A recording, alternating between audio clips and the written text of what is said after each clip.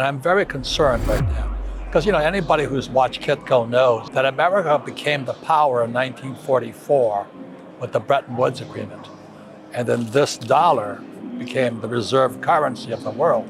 In other words, the dollar was as good as gold. That's all changed. And today we're in serious trouble globally. And I'm very concerned. The end of the American empire is here. The trouble is our school system has brainwashed us to thinking this is money. So that's why this is not fiat, this is fake.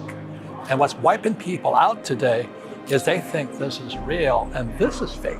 The message I want everybody to hear is the world is finding out that this is fake. It's not fiat, it's fake.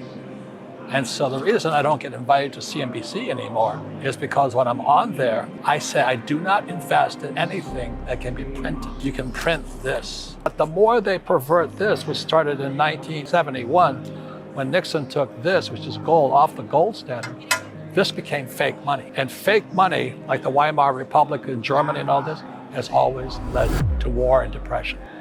And that's why I wrote Rich Dad, Poor Dad. I said, why don't our schools teach us about money?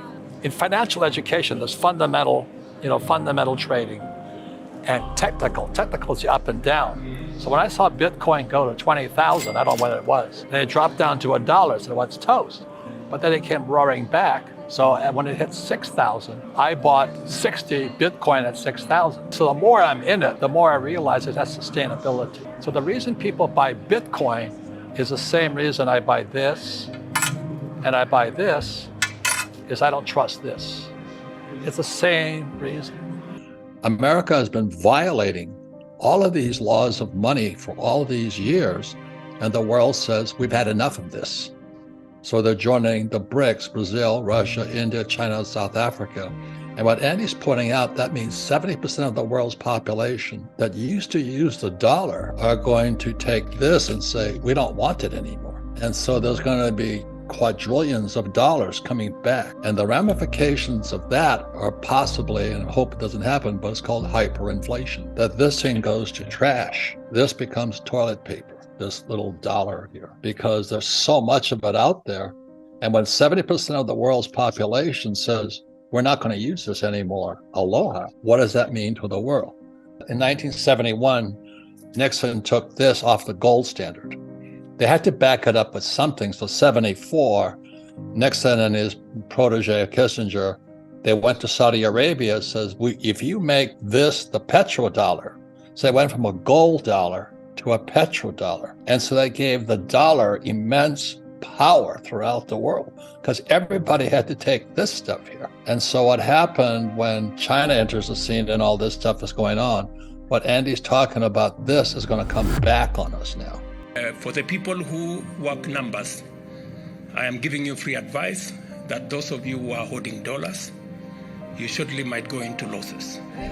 You better do what you must do because this market is going to be different in a couple of weeks.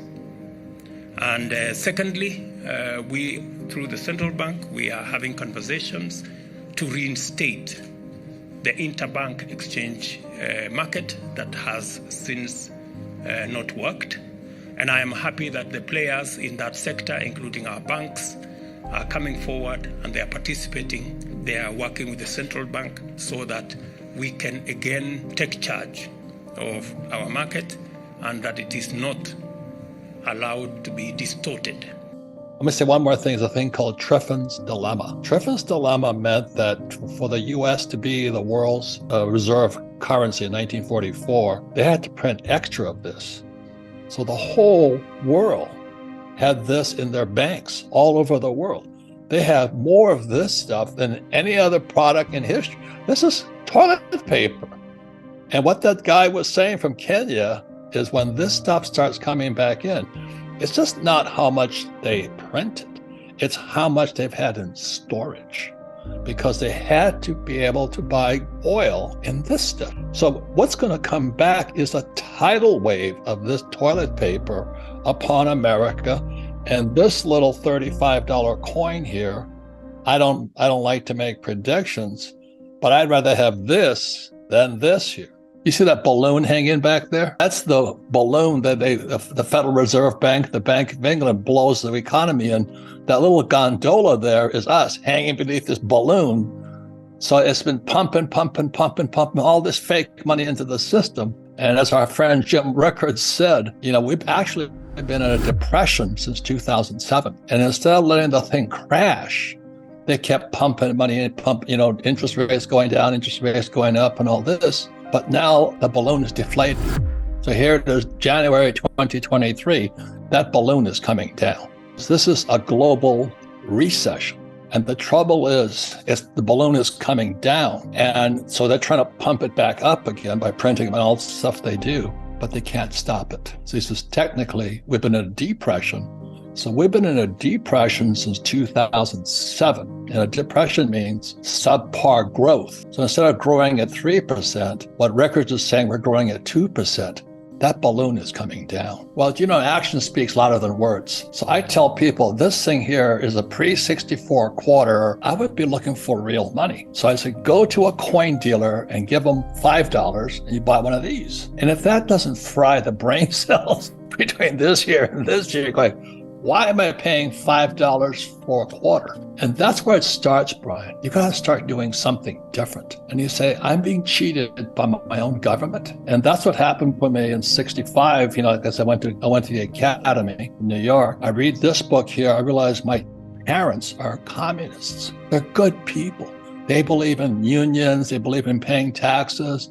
And they think they're rich or evil. I'm going, wait a minute, you guys are the evil ones. You're not teaching us anything. So that's where the story of Rich Dad, Poor Dad came out, back in 1997. I said, I'm going to say something. So I wrote Rich Dad, Poor Dad, because it was my rich dad, my best friend's father, who was teaching me to be a capitalist. Don't depend on anybody. And that's why it's not about education, it's transformation, or be very careful who your teachers are. Because just before I met my rich dad, I'm 7 years old now, and I'm going to Sunday school, the Hilo Methodist Church.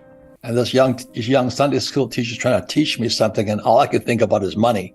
She goes, okay, tell me this. Why were the three wise men wise? She's probably about 25 years old, And I raised my hand. I said, because they were rich. And she goes, wrong answer. She says, why do you say they were rich? I said, gold, frankincense, and myrrh. They were rich. She goes, that's not the answer. I said, well, why were they wise then? She says, because they sought the best teacher. Ask yourself this, were you told, go to school, get a job, work hard, save money, pay taxes, get out of debt, and invest in the stock market? That's what 99% of the people are taught.